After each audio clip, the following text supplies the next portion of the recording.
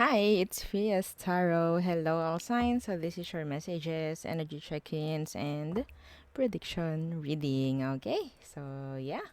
Syempre, before tayo mag-start, kung hindi ka pa nakakapag-subscribe, please do subscribe and hit the notification bell para lagi po tayo maging updated sa mga mangyayari pa lang. Okay? And syempre, yes, if you're interested or may mga katanungan pagdating po sa ating all-in-one evil eye bracelet, sa ating evil eye ring, and sa ating, eto na, papakita ko na yung ating necklace. Oh, see? Diba? Napakaganda. So, oo, bagay sila ni ring. O, diba? So, yeah. Talagang ganyan yung pinili kong design. Okay. So, yan yung ating mga evil eye na available ngayon. Okay? And yes, if you're interested rin or may tanong kayo pagdating sa private reading, just message me sa akin pong FB page for more info. Okay? So, yeah. Let's start with air signs. Gemini, Libra, and Aqua. Okay.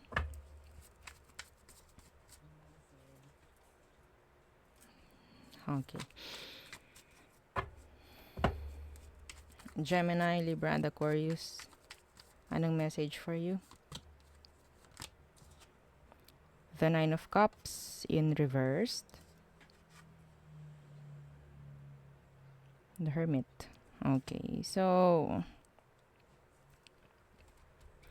pwedeng may darating na parang sabihin nating may ma-approve. Okay, maybe this is something legal. Okay, may mga legalizations dito, may ma-approve. Yeah. Or may mapoprocess na. Parang ganyan. Okay? There's someone hiding their true feelings pagdating sa'yo. Or sabihin nating hinahide nila or tinatago nila yung talagang kagustuhan nila pagdating sa'yo. Okay? Some of you, sa pamamagitan ng pag-iwas mo, sa pamamagitan ng pang-ignore or pang-ghost na ginagawa mo ngayon, andyan yung parang lalo kang nagiging parang magnet, no? Pagdating sa kanila, kung sino man yung mga yan. Okay? Pwedeng water and Virgo. Five of Wands in reverse. Okay, and the Three of Wands. Okay, so I think meron talagang energy rito na pwedeng may parating. Something na magbibigay sa inyo ng parang kaunting kagaanan. Okay, lalo na pagdating sa pera. Okay? May naghihintay dito na makipag-ayos. May naghihintay dito ng message, ng reply. Okay?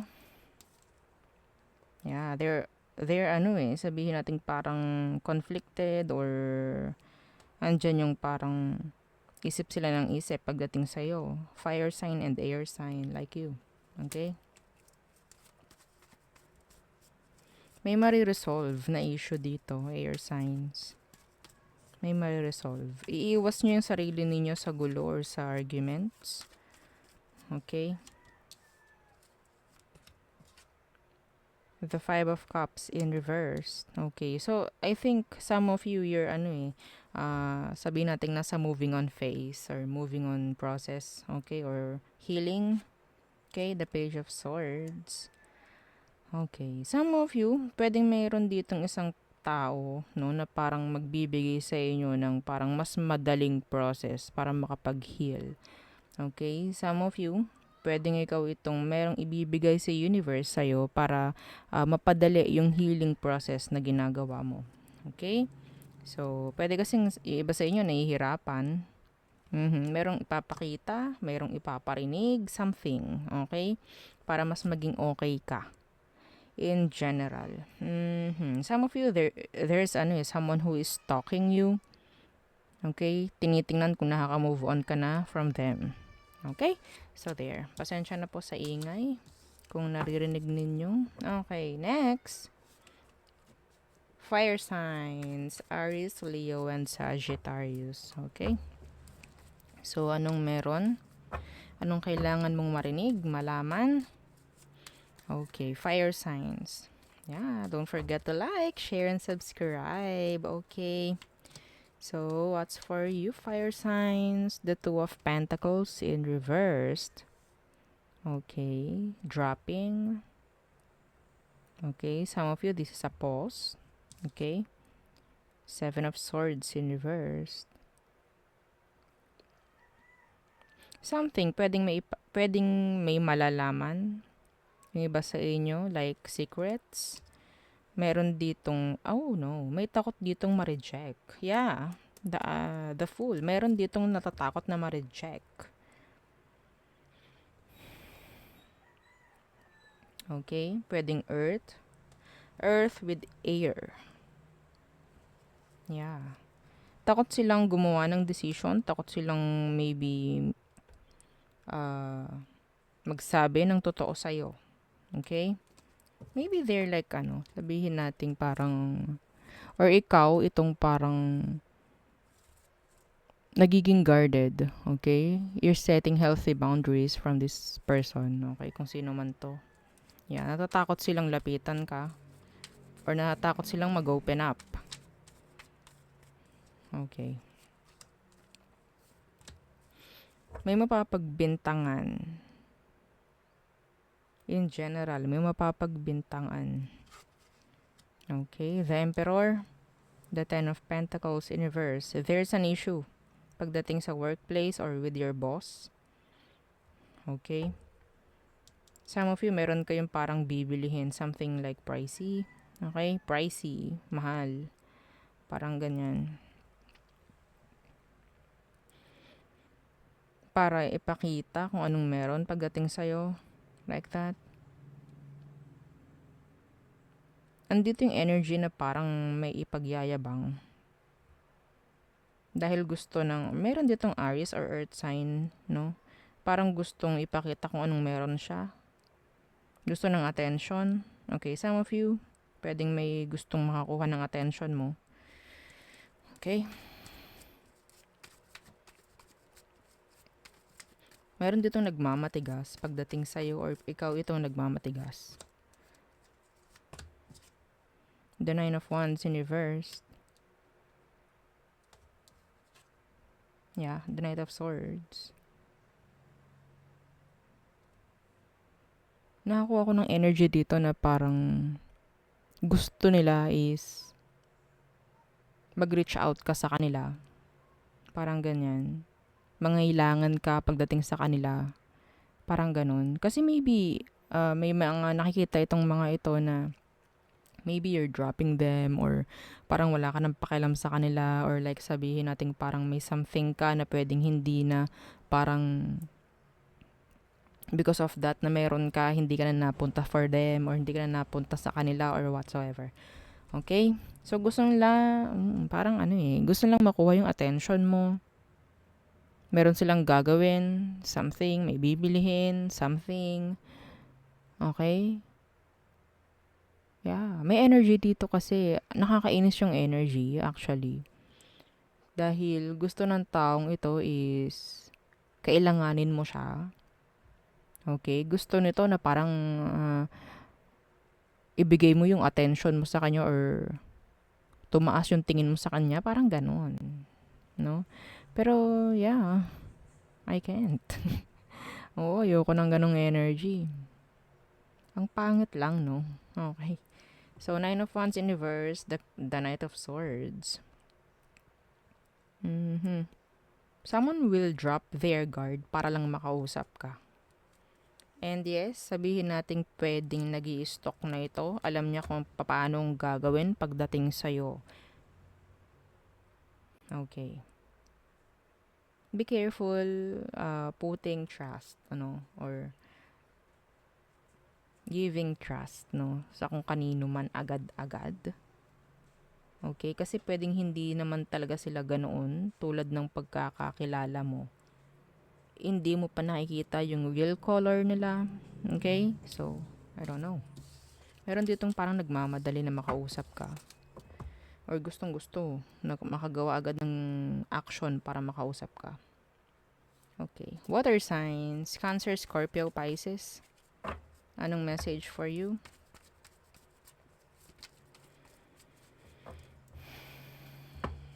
Someone loves cake. Cake. Oh, I don't know. Maybe you love to bake. Parang ganyan. I don't know. Okay. Water signs. The King of Swords.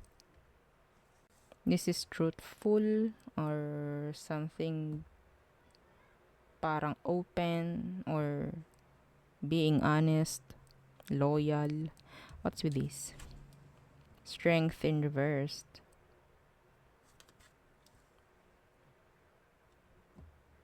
They don't know. Parang hindi nila alam kung paano magiging ganoon. Like kung anong sinabi ko. Maybe gusto nilang maging tapat, pero hindi nila kayang gawin. Pwedeng Aquarius, pwedeng Leo. They're just being cold and detached sa ngayon. Silent. I have something to tell you. Water sign. Pero yes, I don't know how. I don't know kung paano ganto, ganyan. Yeah.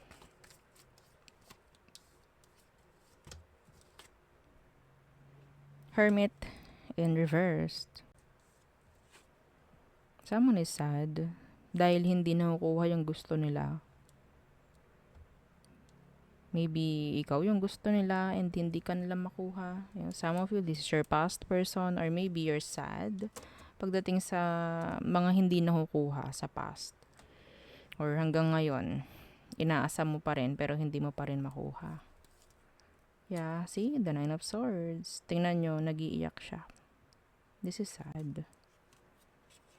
Someone is, sabihin nating, afraid.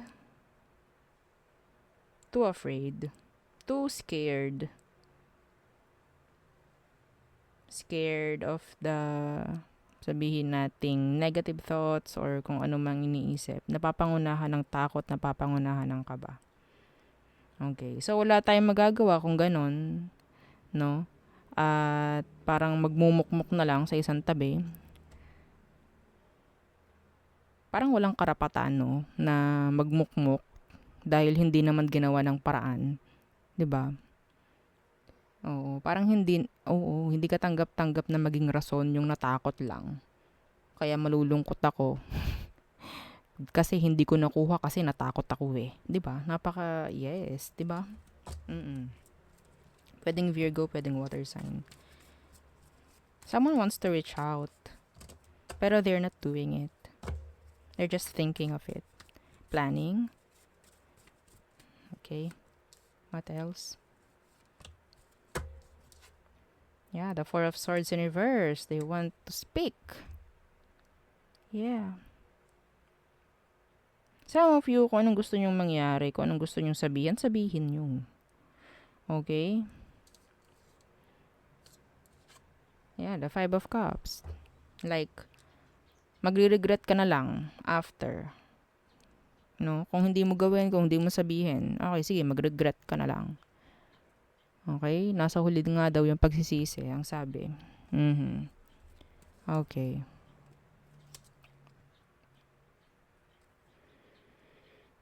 Meron ditong gustong mag-move on, pero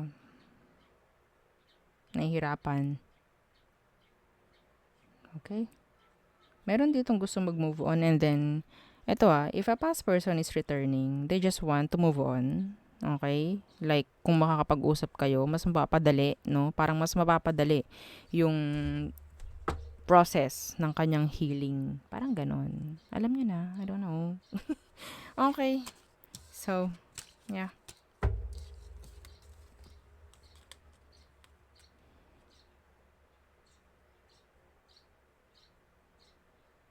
I'm hearing, ang tawag dito, blackmail. May pananakot ako nakikita dito. Water signs, ha? Yeah. Avoid nyo yung mga ganyan. Okay? Blackmailing, pananakot. Okay. So, next is Earth signs. Taurus, Virgo, and Capricorns. Anong message for you? Yeah. Don't forget to like, share, and subscribe. Thank you. Okay. Hmm. Akin munang i-shuffle. Okay. So, Earth signs. Message. Ten of Swords.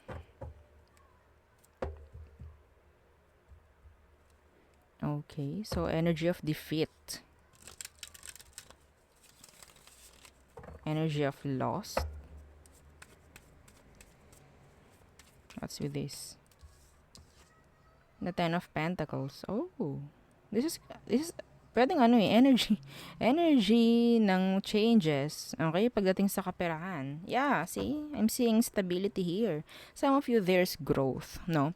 Pagdating sa kung ano man ang parang, ayan na tayo, sa pera. No, ito na tayo. Ayan, ito yung gusto nyo, di ba? The ten. Oo nga, earth signs, no? Ten of Pentacles, this is growth, this is progress.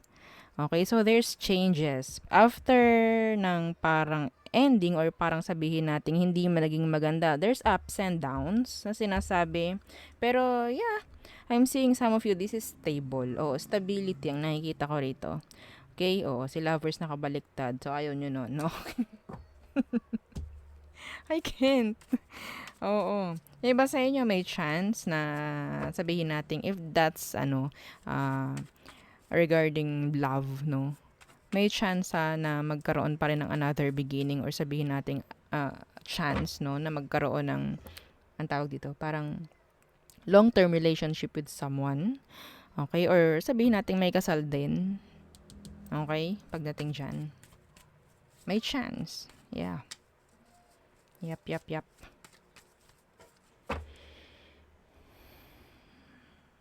Okay. Strength. Yeah. Effort. Yep. Okay. Strength. Page of Wands Universe. Someone is holding back. Okay. Stop procrastinating. Stop delaying things. Do it. Oo. Agad-agad. Oo, parang ganyan. So, napaka-importante ng oras, no? Kung may mga bagay kang pwedeng gawin ngayon, gawin mo na. No? Huwag mo nang hayaan na parang magkakaroon pa ng rason para hindi gawin. Okay, in general. If you want to travel, at may kakayanan ka naman mag-travel, do it. No, hindi yung saka ka pa gustong magaganyan kung may rayuma ka na. Ha? Oo, gusto ko mag-travel abroad. Kaso ang sakit na ng rayuma ko. Hindi ko na pwedeng sa snow, 'di ba? 'Di ba? Yes. Huwag mo nang intayin pa, no? Na magkaroon pa ng hadlang. Yung mga gusto mong mangyari sa buhay mo, hanggat kaya mong gawin, gawan mo ng paraan. Gawan mo or gawin mo. Okay. there's maybe a new love coming. Okay. A water sign. Someone wants to offer their emotion, their cup of love for you. Who's this? Yeah. The Ten of Cups. They want you. Oh, I'm seeing here celebration. Someone, may chance ng merong ipapakilala sa family. Like that. Magiging open pagdating sa family. Okay? Ang gaganda naman nito. Oo. Pagdating talaga sa kaperahan. Oo. Ang ganda ng energy pagdating sa inyong mga earth signs, no? Oo. Ewan ko. Bakit? Wala. Parang gustong-gusto nyo talaga yun eh. Yeah. So, Three of Swords. So, may energy rito na pwedeng sabihin natin because of the failure. No, because of the pain, yun ang ginagawang motivation ng iba sa inyo to grow. Tama? Tama. Okay. So, yeah. Oo, merong new energy dito coming. Pwedeng a date. Okay, some of you, pwedeng maiimbitahan sa isang occasion, mga ganyan, and pwedeng may makilala ka someone doon. I don't know if you're interested, pero yes, sa mga interesado, yes. May makukuha or sabihin nating,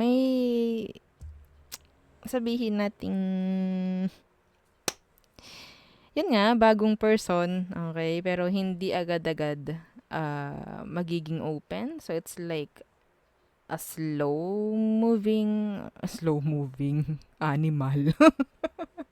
Hindi ko alam. Ano bang tawag doon? Oo, parang ano eh.